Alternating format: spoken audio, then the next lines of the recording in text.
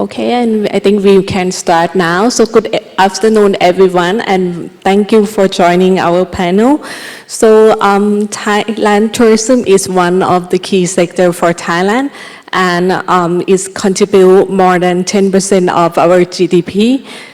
So today we go into exploring what high value and sustainable growth mean in practice, and where are the untapping opportunity for Thailand tourism. So in the first section, we going to go to what's happening on the ground right now and what the data are telling us. For the first question, I would like to ask Khun Bill. Minor had operated the luxury lifestyle mid-scale brands globally.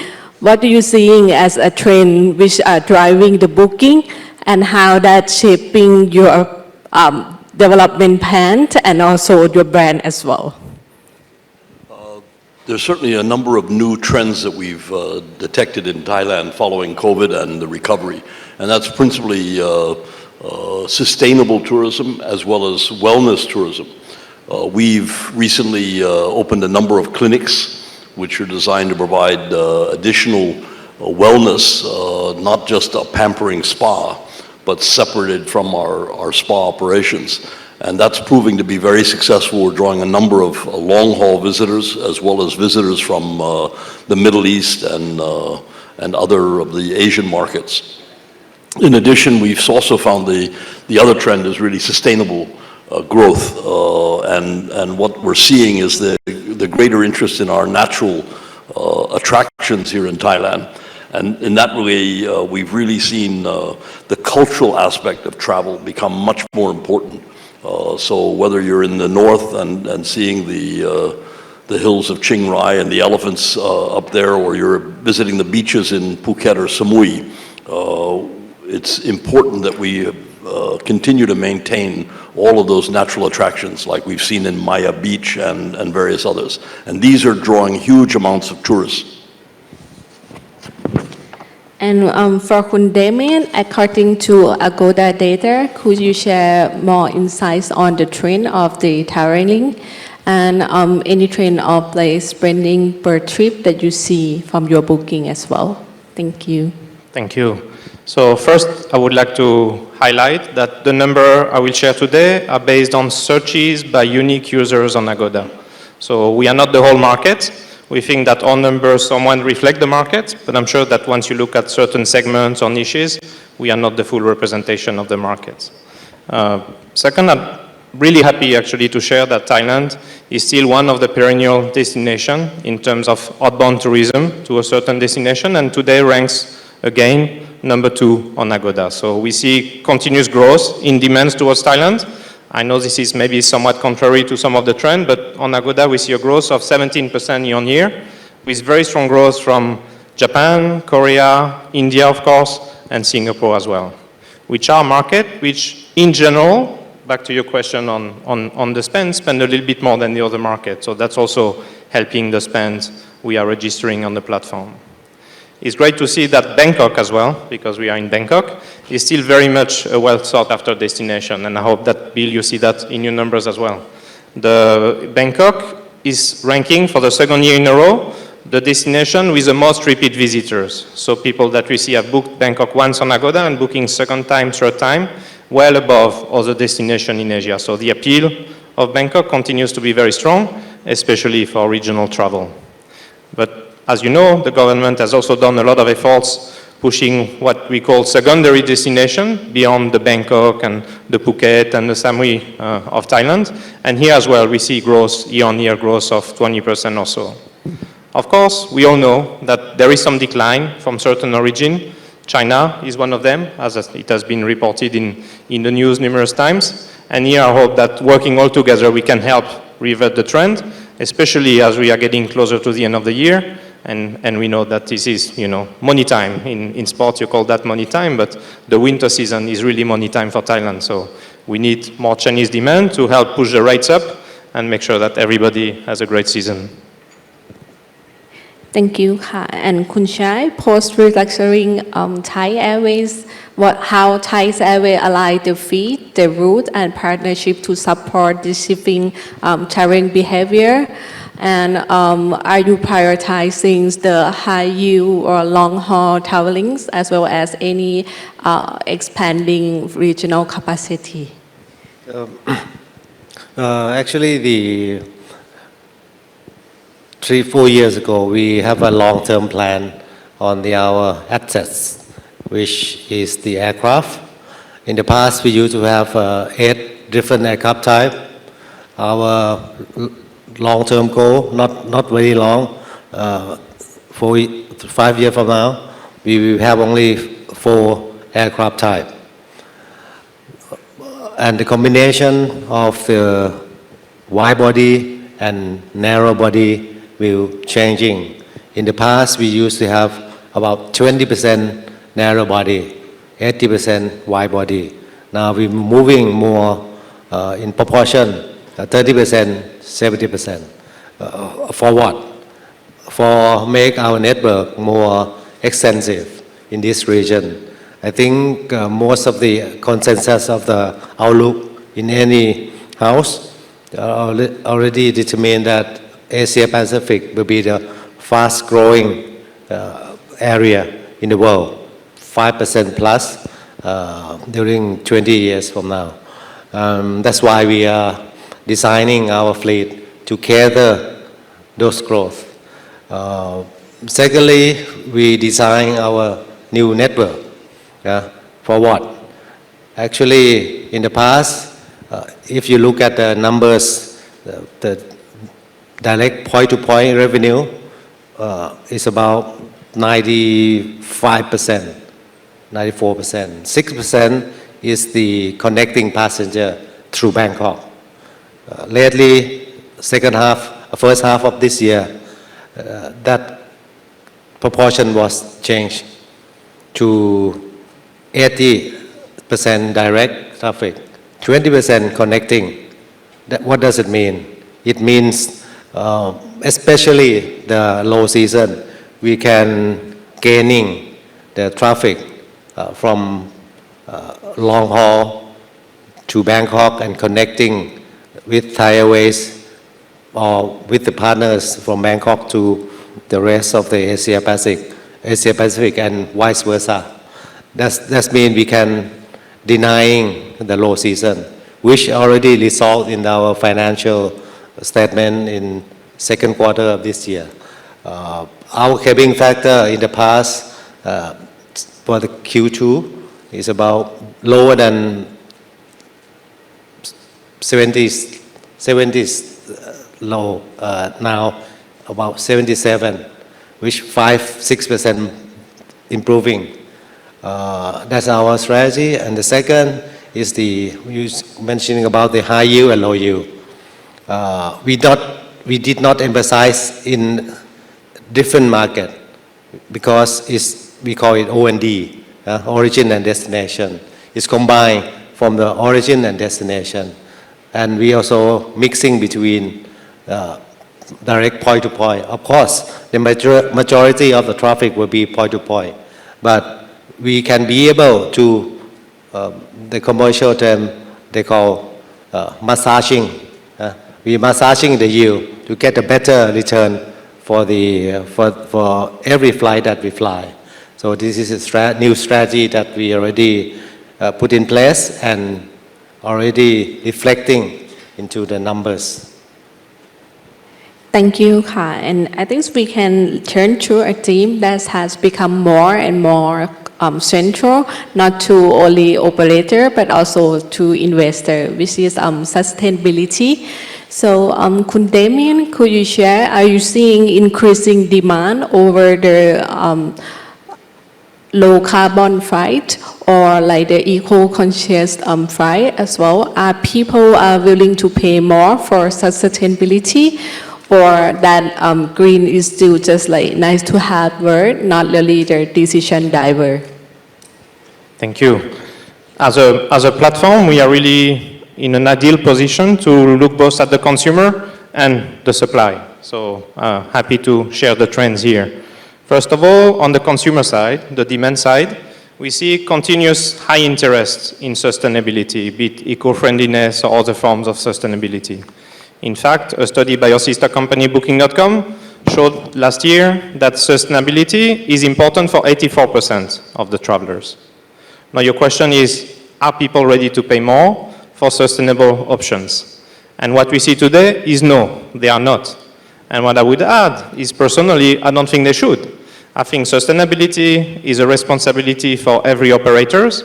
And we know today as well that there are ways that sustainability can be operated without necessarily increasing the cost. So you can be sustainable and actually save money. So we think that, this is a trend that we want to continue to encourage. As a platform, we see our responsibility. On the consumer side, we want to highlight how the money they spend impact positively the destination. That's why we launched 4 years ago Eco Deals, which is a program when someone is making a booking for certain hotels, we are paying back to WWF a donation of $1 per booking, and we saw our contribution increase tenfold over the last 4 years, reaching $1.5 million this year. So here, consumer make a choice, knowing that his travel will positively contribute to one of the projects of WWF in the region. Now on the supply side, we recently launched, about 3 months ago, the Agoda Sustainability Academy, which is an online platform, free for hotel, where hotels can log in and learn about best practices on how to improve sustainability of the operation, while, very importantly, saving money.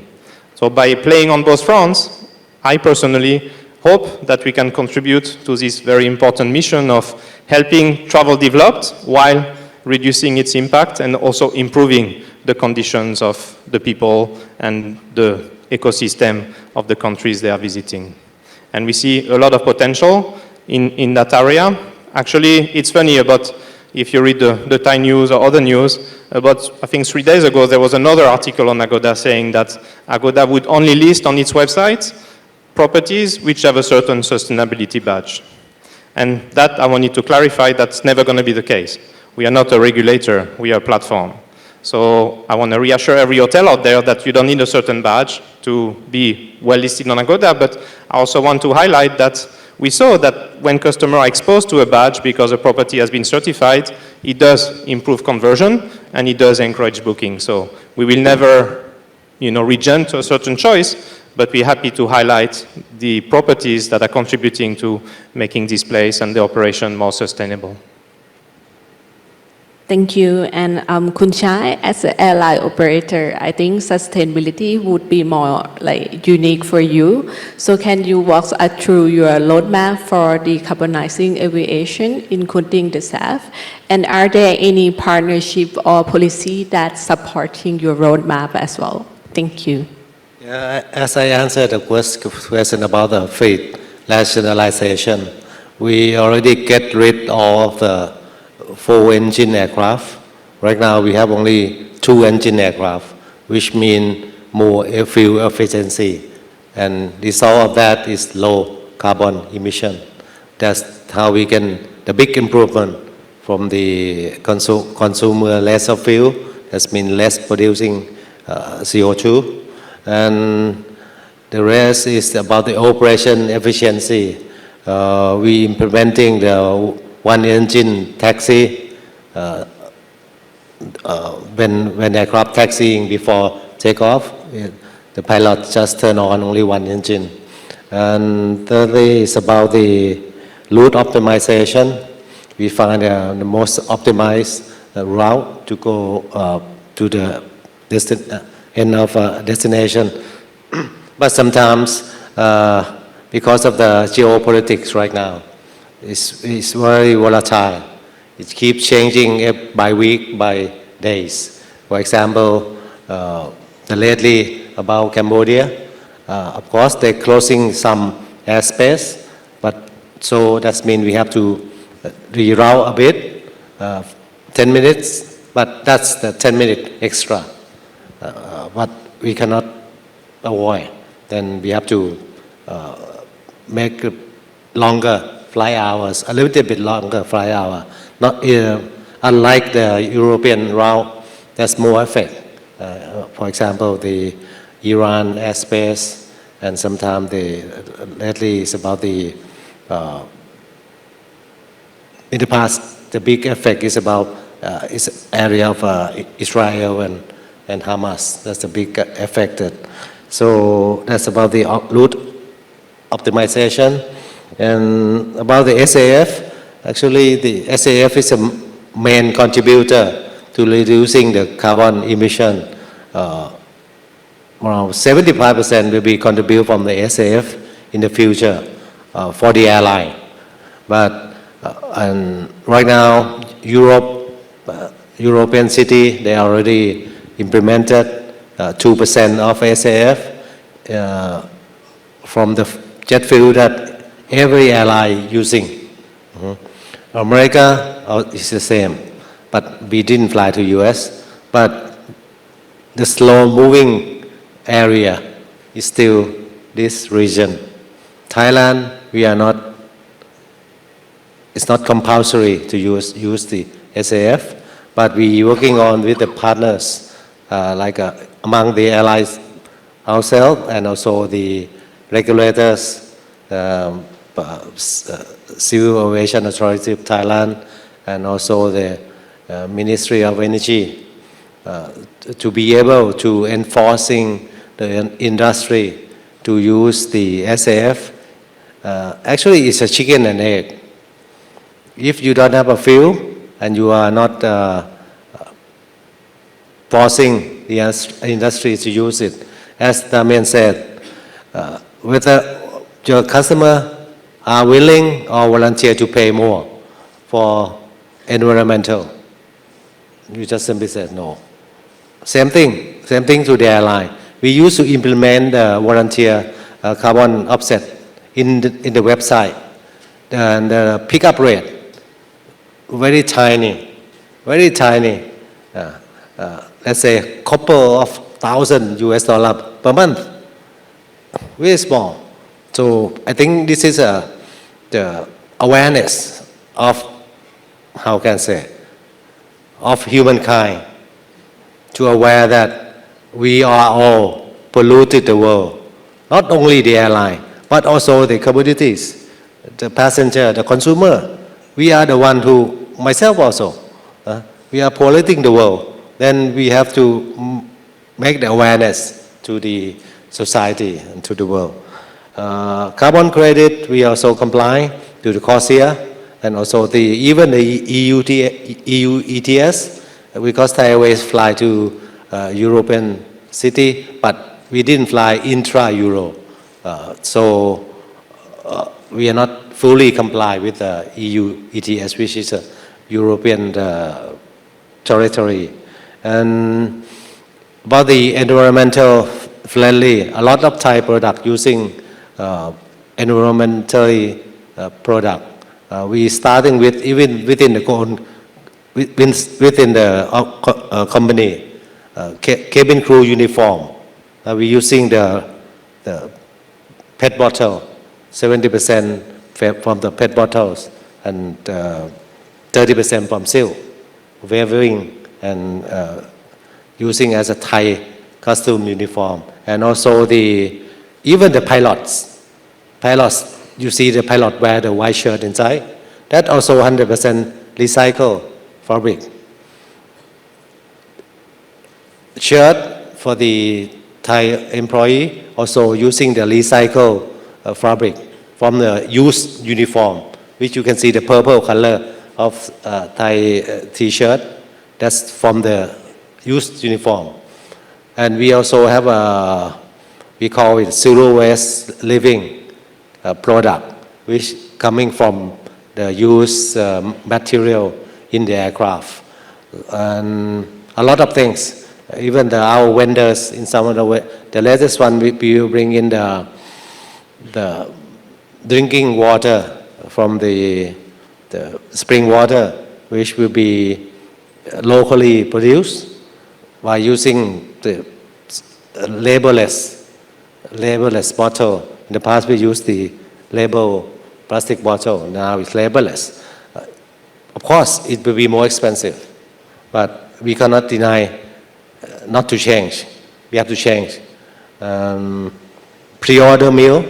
That's a good way to minimizing the food waste. Pre-order meal. I encourage all of you to order pre-order meal because you know one passenger. If you not pre-order, we have to bring in more food in order to cater with your choice. That means waste. A lot of waste after landing. I saw by myself. Big pack of bread was unused, so that's a waste. So this is briefly that how Thai Airways moving on the ESG. Yep. Thank you, Ka. And Kun Bills, given minor extensive operation in Europe, where those sustainability is well-established priority, how are you working to replicate the best practices from Europe into other markets, including here in Thailand as well? And are you seeing any commercial return on those efforts? Yes, most certainly. I think while for sure many tourists today feel they're being gouged under the claim of sustainability, and I don't believe they do want to pay more for sustainable in hotels or in airlines or anything. But what we do find is that by being more responsible, being more sustainable, definitely people favor those companies that adhere to that. We, for example, have the biggest part of our footprint as a global company is in Europe. Europe has very strict conditions in respect of environmental and social requirements, and so we abide by those in Europe, and we've also brought those to Asia and around our other Middle East and other countries, and we adhere to the very highest standards. But we also find ways to encourage tourists to help us in our strive. We have what we call a $1 for Deeds program. So a guest is asked to voluntarily, if they agree, we add $1 to the room night stay, and we match that $1 with another $1 from ourselves. And we use that money purely for the communities and the environments where we operate. So in the Maldives, we help to sustain coral. In the northern part of Thailand, we help to look after domesticated elephants that are unemployed. In Phuket, we look after mangroves. So all of that is funded by our $1 for Deeds, where we match what our customers put in. And we find that our customers are very generous, many of them giving more than's asked, and we tend to monitor that. But I think I would also raise the fact that we are very eco-conscious. We are seeing more bookings coming from people that respond to that story and to the truth of the matter that as a company we are eco-conscious. We are focused towards achieving the net zero by 2050, and we will achieve that. We measure our hotels on a monthly basis around the globe. We provide a report which is larger than our financial report on our environmental contributions and what we're doing for the environment. And we will continue to play, we believe, a leading role among the hotel sector and the hospitality sector in trying to move awareness as well as get following for trying to be a more good citizen when it comes to looking after the environment, looking after our people, and also becoming a more sustainable company in the process. Thank you, Ha. And I think now it's time to address one of the big questions on investor mouth. Where are the opportunities for growth in Thailand tourism? So I would like to ask Kun Chai. Thai Airways turnaround is now back in motion. As the investor perspective, what should be tracking as the key milestone for Thai over the next 12 to 18 years, and what could define the next chapter of the growth cycle for Thai Airways? Yep, as I said earlier, we designed our fleet together with the market. We divide into 3 phases. The first phase, we already accomplished the 20 of Airbus 320, which we absorbing from Thai Smile, already finished the refurbish the cabin. We put the business class, the first 3 rows will be business class, and that means 12 business class passenger. The rest will be the economy. Why? Because as this is our strategy, we carry passenger from the long haul passenger, connecting flying business class, and then connecting to the narrow body, which will be carry them to the end destination. But in the past, we don't have the same seat configuration.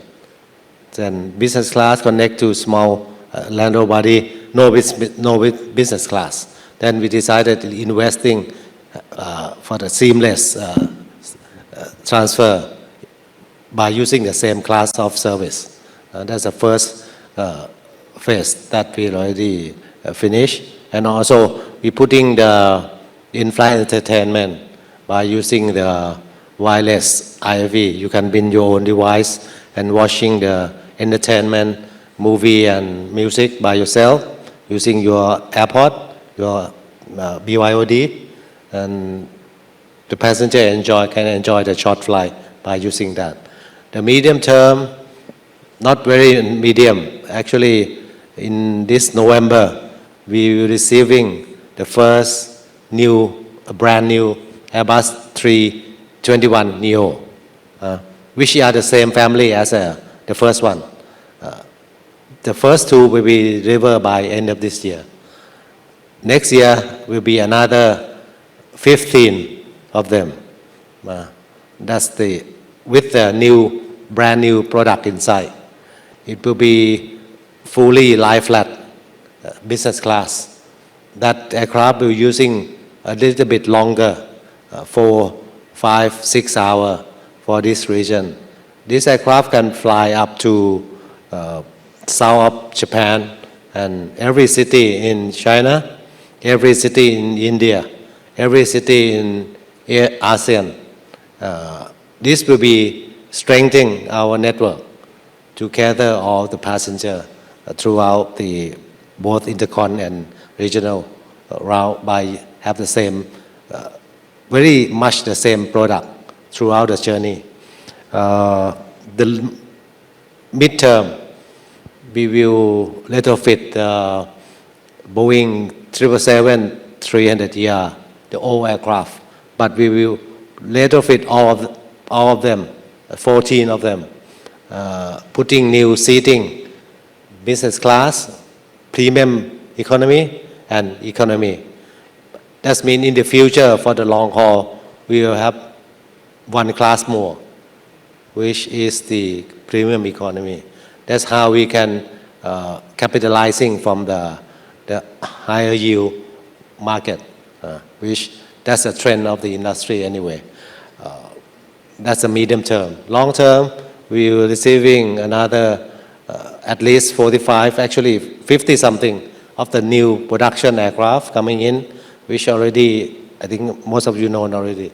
That will be Boeing 787. That will be the same product as 777 retrofit.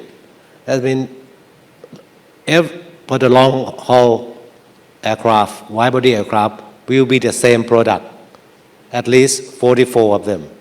That's a big change for Thai Airways.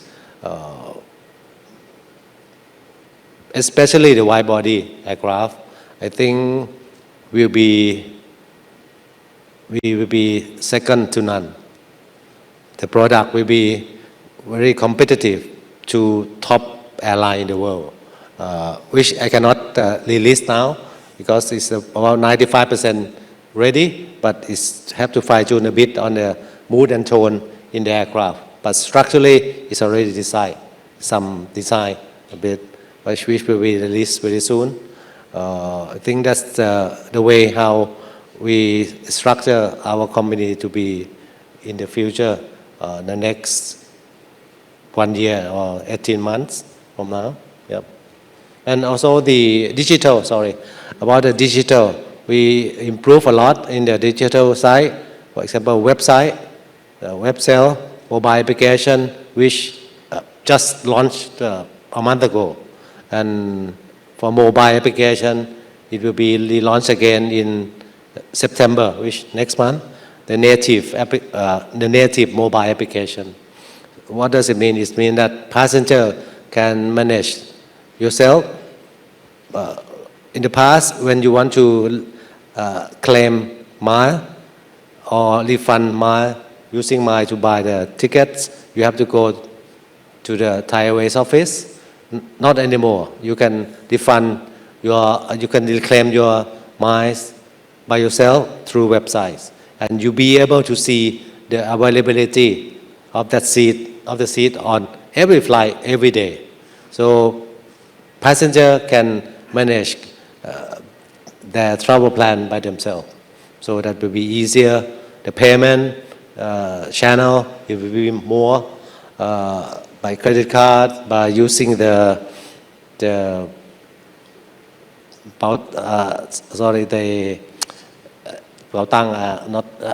application, PromptPay, you can use it.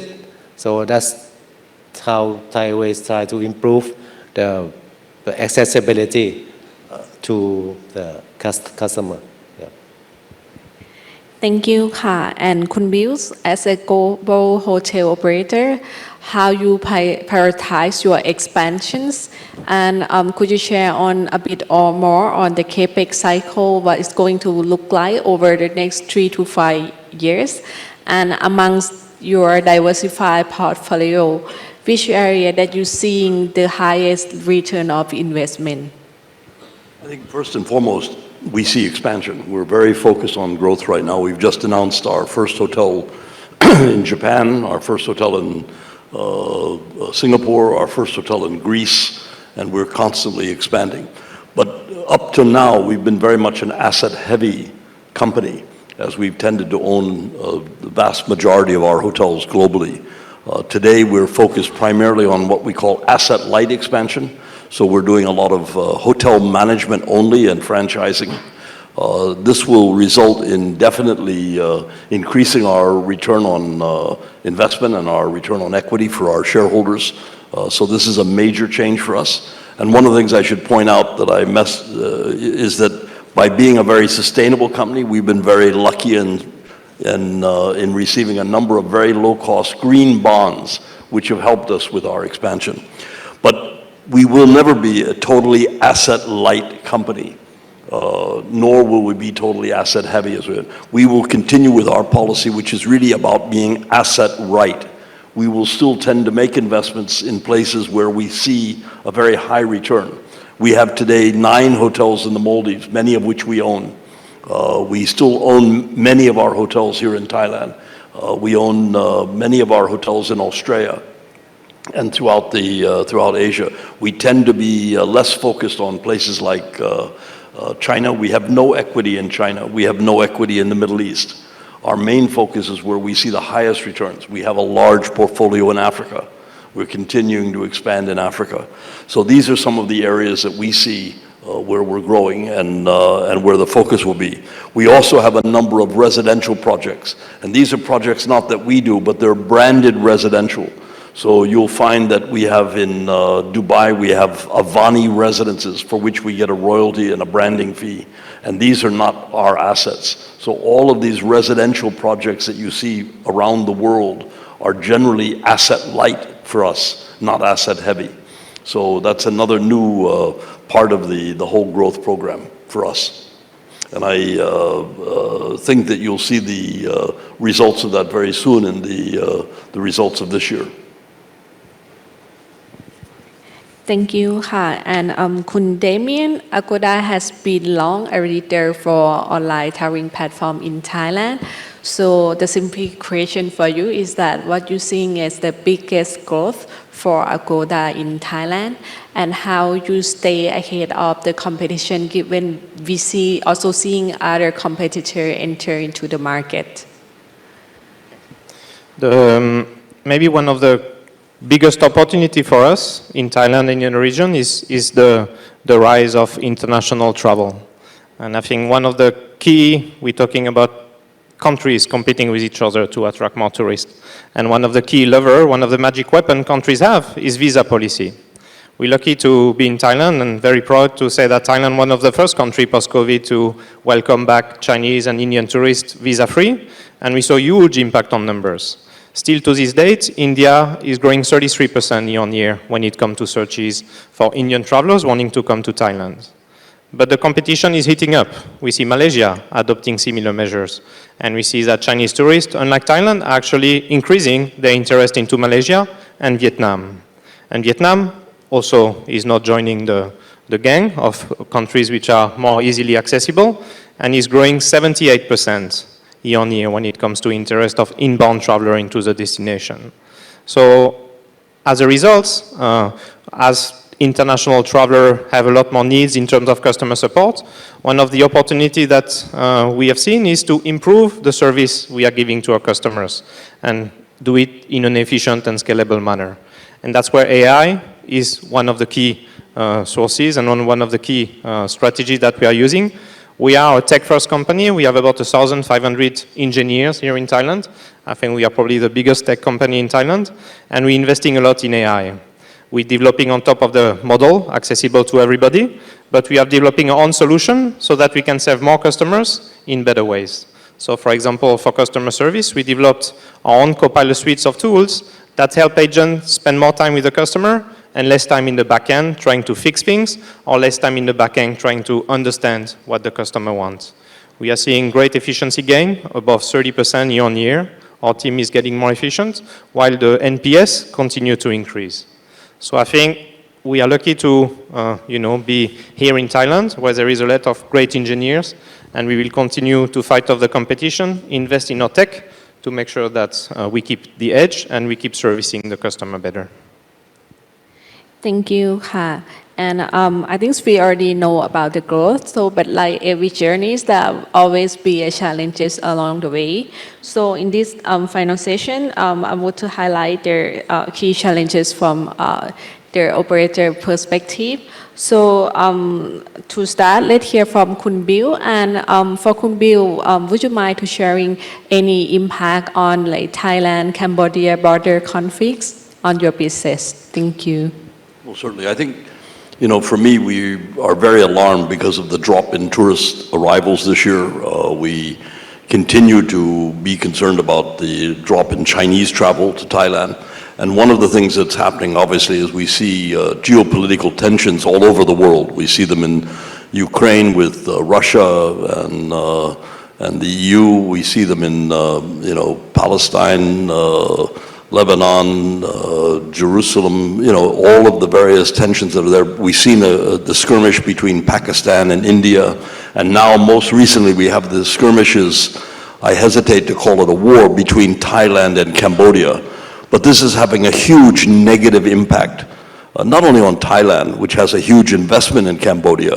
The private sector of Thailand has invested well over 50 billion baht in equity investments in Cambodia. But today there's also a growing anti-Thai sentiment in Cambodia, and it's important to try to resolve this. It's also discouraging some long-haul travel that comes through Thailand to get to Cambodia. And Cambodia has been a very powerful tourism tool for the benefit of Thailand, because virtually all those travelers have to come through Thailand to connect with airlines to Siem Reap and other Cambodian destinations. The disruption at the border of closing the border crossings has meant that all logistics have to go through Vietnam. So we're shipping goods to Vietnam in order to get them to restaurants or retail stores, whether it be 7-Eleven or Pizza Company.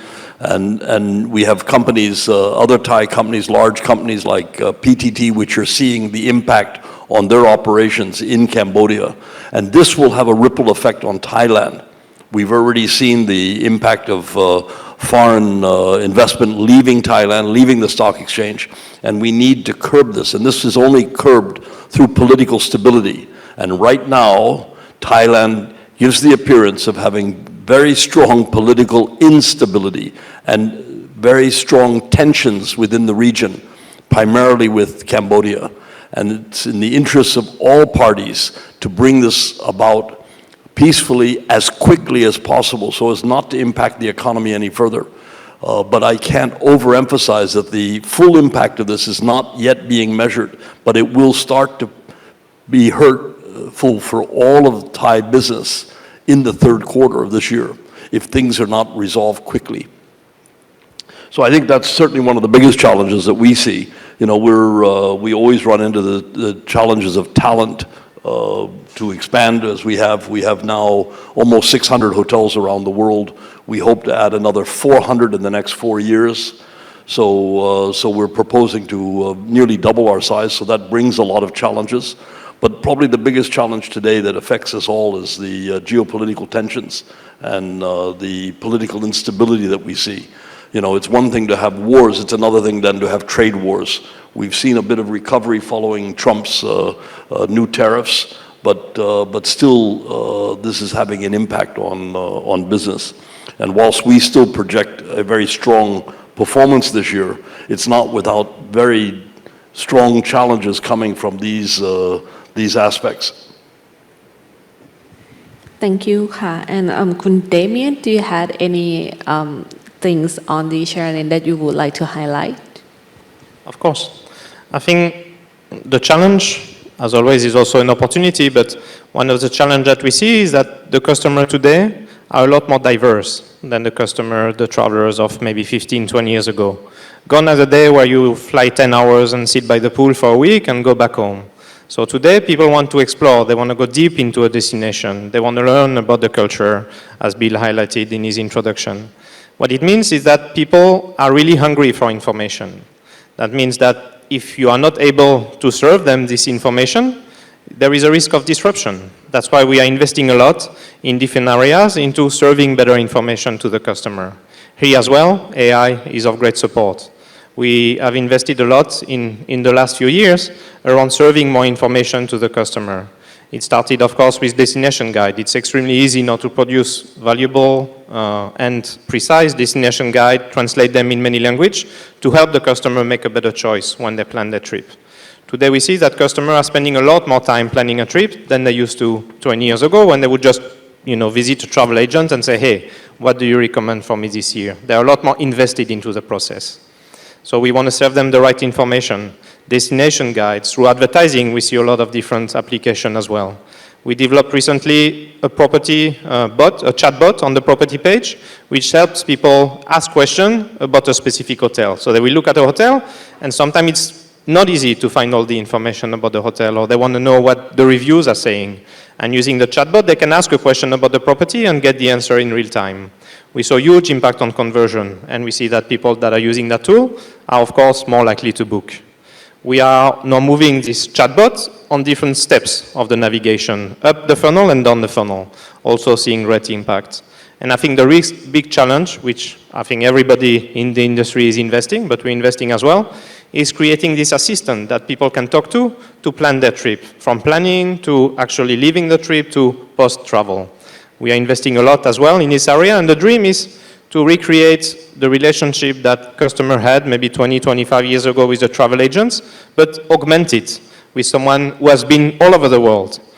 25 years ago, when we visited our travel agent and asked them, hey, where should I go? This travel agent may be very well traveled, but he wouldn't know the world, like an LLM today or OpenAI would.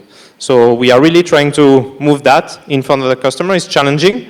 I don't think anyone is doing it well today, but I believe that the company that will do it well in the future will have an edge over the others. Thank you, Ka. And last but not least, for Kun Chai, do you have anything to highlight in this point? Actually, the most challenging issue now is the global supply chain disruption, especially about the aircraft concern. The one aircraft consists of 100,000 of parts in the aircraft, and all of them have to be certified. You cannot find in the market, in the common market anyway. You have to get it from the certified OEM. So during the pandemics, or most of them already restructuring, lay off staff, closing down the company. Then we come back, then the supply chain in any stage, they have to rebuild their capability. They have to recruitment, the engineer to come in, but it takes time. Once the workforce already left the industry, they're doing the other jobs. They don't want to come back. So then they have to start from zero. It takes time to training those employees to be able to perform the job. I think that's the most challenging issue for not only for Thai Airways, but for the whole industry. You may see that why the ticket price was so high. That's because we don't have a capacity. Demand was there, but airline don't have enough capacity to catch or to serving those demand. We are working on it as a industry level, not only Thai Airways. Second challenge is, especially for Thailand, is the workforce, qualified workforce. For the airline, you need some certain type of people, some certain qualified skill, which I think Thailand still lack on those. And for Thai Airways, we know that that's problem. Then we think that we have to jump into the input of the people. For example, before they going to the vocational school, then we will screening first, whether they are qualified or not, before they going to the vocational school. Then anyone qualified, we will give them the scholarship, free study, to ensure that we will get those qualified people into the system. After they finish, after they graduate, then we hiring them as a Thai Airways, the employee. Then, because we cannot wait for the education system for Thailand to change. Otherwise, we not be able to expand our business. Same thing to pilots. Right now, we just hiring about 100 new student pilot, and we already send them to the flying school, which will be they can fly after 2 years. That will take times, but we are financing them also to learn and to train. After that, we will get a qualified personnel. I think those are the two challenges. About the tariff, I think we can turn the critical into opportunity, and it's already shown in the traffic, because the traffic from European city to US declining, from Canada to US declining.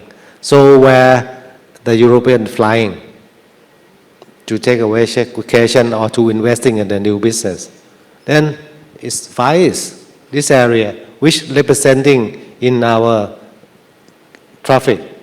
Right now, European route, now this quarter is about 90% plus. That means it's growing bigger than the past. This is an opportunity in the crisis. The people still want to travel, but tariff blocking them to travel into US, then I think this area is an opportunity to this area. How we can grab those opportunities. And I think most of them are the high yield passenger and high spending tourists and also the businessmen.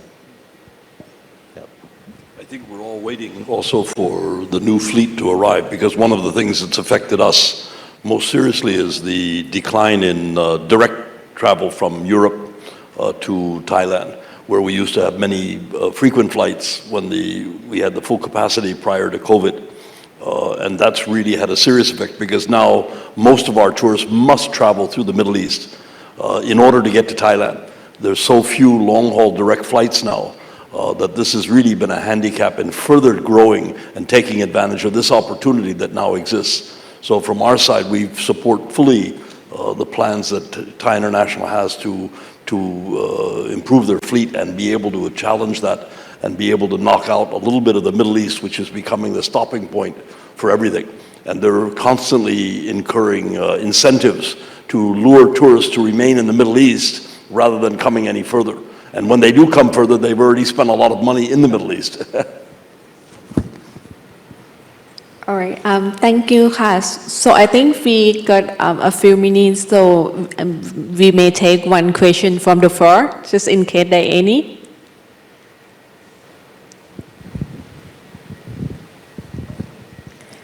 Thank you for your insight. Being industry leader in the tourism, what would be your recommendation for the Thai government? What would be the key priorities for the Thai government to focus on so that Thailand recover, not only recover, but also gain stronger competitive edge in the next 5 years in the global tourism industry? Well, maybe I can speak first for that. I think one of the things that we need desperately is political and economic stability here. We clearly need to resolve the differences that we have with Cambodia in a peaceful manner as fast as possible. This will have a huge impact. In addition, we have to really tread very carefully with all of the other challenges that we have domestically, politically, with elections and everything else that may be forthcoming, because it portrays a country that's not as stable as we know we are and we must become.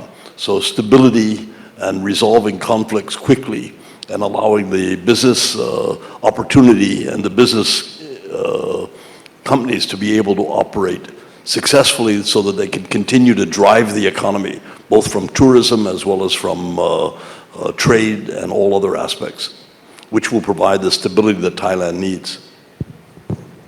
Thank you.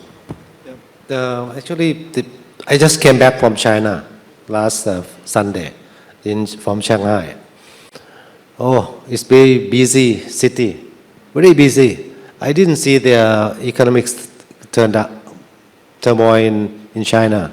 I think the rest of the market, I think, is still okay, still in the good figure, except China.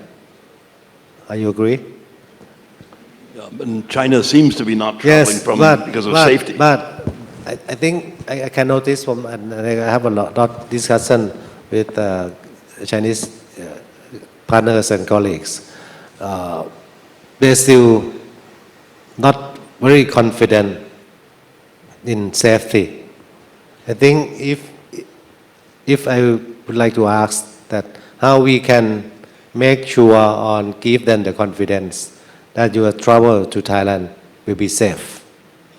I think that's the main issue for the short term. And also if you still not correct or make them confident, then it will be in effect in the longer term. Our flight from China, right now we fly to 5 cities in China, 42 flights weekly. Very good cabin factor. But most of them are the connecting passenger, not terminating in Thailand. That means the economy is still not bad, still okay. That means that's why a lot of travelers going out from China, but not to Thailand, to other places. You can notice from the low-cost carrier, they are point to point. That's a big impact. No, very few group tour from China to Thailand. But the rest to other city is still okay. I think we have to pinpoint the problem and make give them the confidence about the safety. Maybe just hard to argue that stability and security are definitely very, very important for the Thai economy in general and tourism in particular. I think maybe more of a mid to long-term view.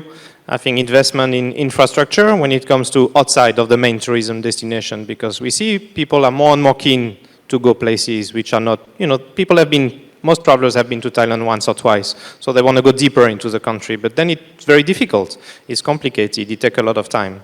So I think if the government can make it easier to go to certain places from Bangkok or the other international airports, then it will help a lot to have more tourists, also in a sustainable manner, because the last thing you want is all the tourism focusing on a couple of spots, and that's why usually you have, as you can see in other places like Barcelona, for example, adverse reaction from the local population, right? So you want to be able to have more tourists in more places, and that provides a better experience, more authentic, more contact with the local population, and just a better outcome for the welcoming country and the tourist as well. Thank you.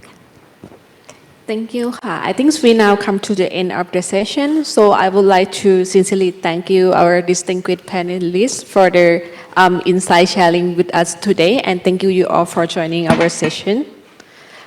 Thank you.